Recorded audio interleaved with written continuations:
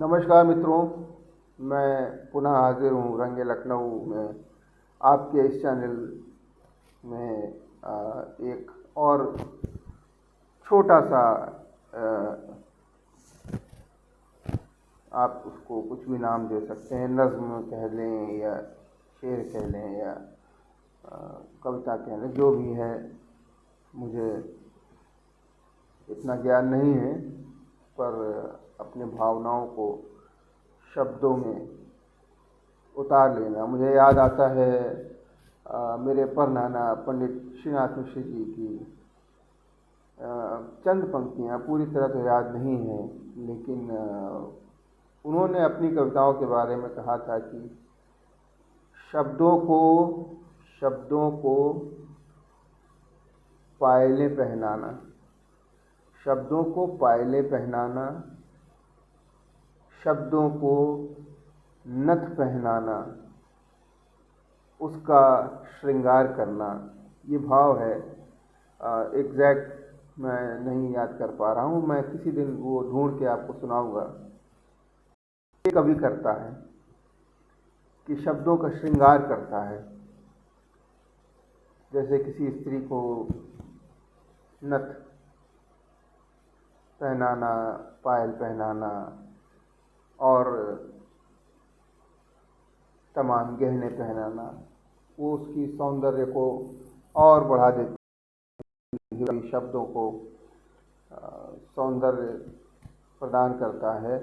खैर, मैं उस श्रेणी में तो नहीं अपने को मान सकता हूँ अभी, कि मैं तो बस अभी सीख रहा हूँ,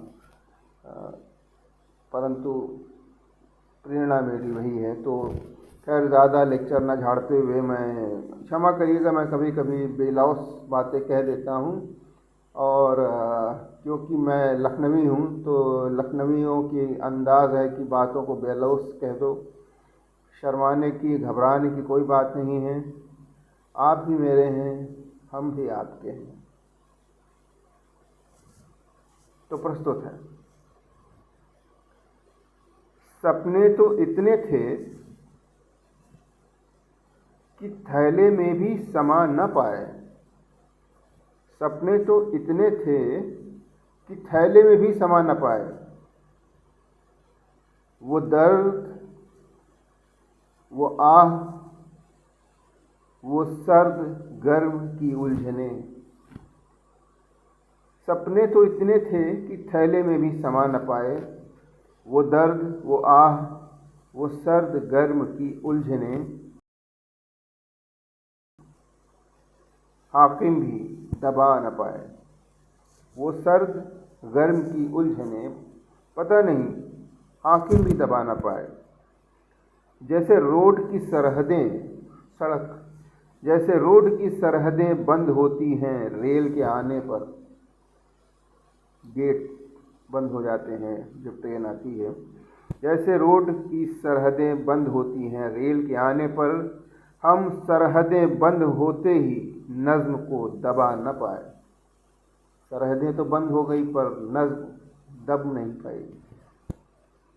जैसे रोड की सरहदें बंद होती हैं रेल के आने पर, हम सरहदें बंद होते ही नज़्म को दबा न पाए। तुम आओ कि चली जाओ, अब कोई फर्क नहीं। तुम आओ कि चली जाओ, अब कोई फर्क नहीं। हम बस समझे नहीं, ये शायद समझा नहीं पाए।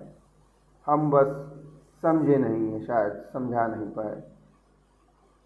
तो आज के लिए बस इतना ही। बाकी